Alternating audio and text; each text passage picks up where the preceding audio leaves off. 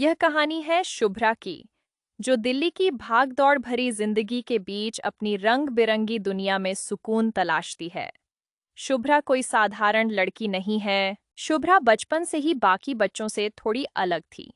जहां उसके उम्र के बच्चे खिलौनों और वीडियो गेम्स में व्यस्त रहते थे, शुभ्रा घंटों बैठकर फर्श पर चॉक से गोल-गोल आकृतियां बनाती रहती थी।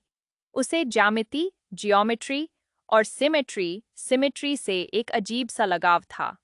एक दिन इंटरनेट पर स्क्रॉल करते हुए उसकी नज़र मंडला शब्द पर पड़ी। मंडला क्या है?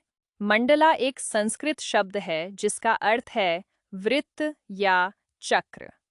यह न केवल एक कला है, बल्कि ध्यान, मेडिटेशन और ब्रह्मांड की संपूर्णता का प्रतीक है। शुभ्रा ने एक सफेद कागज उठाया, एक कंपास की मदद से एक छोटा सा वृत्त बनाया और उसमें धीरे धीरे बारीक पैटर्न भरने लगी। उस रात 3 घंटे कैसे बीत गए, उसे पता ही नहीं चला। जब उसने पेन रोका, तो उसका दिमाग पूरी तरह शांत था। उसे समझ आ गया था कि उसे उसका रास्ता मिल गया है। शुभ्रा ने मंडला को सिर्फ एक शौक नहीं, बल्कि अपने जीवन का हिस्सा बना लिया।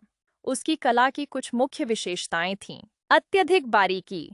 वह 0.05 मिलीमीटर के पेन से भी ऐसे पैटर्न बनाती जो आंखों को सुकून देते। रंगों का संतुलन।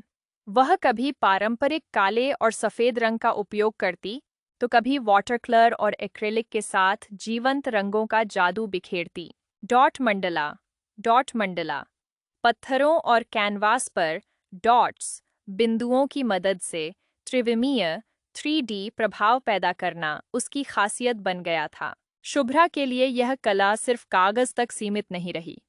उसने अपने कमरे की एक पूरी दीवार पर एक विशाल मंडला बनाया, जिसे देखने जो भी आता वह मंत्रमुग्ध हो जाता। उसकी सहेली रिया ने एक दिन कहा, शुभ्रा, तुम्हारी इस कला में एक जादुई शांति है। तुम्हें इसे दुनिया के साथ शेयर करना चाहिए। रिया की सलाह पर शुभ्रा ने इंस्टाग्राम पर एड सर्कल ऑफ काम नाम से एक पेज शुरू किया। लोग अपने घरों के लिविंग रूम, कैफे और ऑफिस स्पेस के लिए शुभ्रा से मंडला पेंटिंग्स कस्टमाइज करवाने लगे। शुभ्रा ने अपनी कॉरपोरेट नौकरी छोड़ दी और पूरी तरह से एक फुल टाइम आर्टिस्ट बन गई। एक दिन शुभ्रा को शहर के एक बड़े मेंटल हेल्थ सेंटर से बुलावा आया। वहां के मुख्य डॉक्टर चाहते थे कि शुभ्रा तनाव और एंग्जाइटी, अवसाद से जूझ रहे किशोरों और वयस्कों के लिए एक मंडाला आर्ट थेरेपी वर्कशॉप आयोजित करे। यह शुभ्रा के लिए बहुत बड़ी चुनौती थी। वर्कशॉप के दिन कमरे में करीब 20 लोग बैठे थे। सबके चेहरों पर एक अजीब सी मायूसी और हिचकिचाहट थी। शुभ्रा ने मुस्कुराते हुए सबका स्वागत किया और सबके सामने एक-एक सफेद पन्ना, कंपास, स्केल और ब्लैक पेन रख दिए। उसने कहा, आज हम यहाँ कोई कंपटीशन, प्रतियोगिता नहीं कर रहे हैं। आपके हाथ में जो पेन है, उसे अपनी चिंताओं का जरिया बना लीजिए।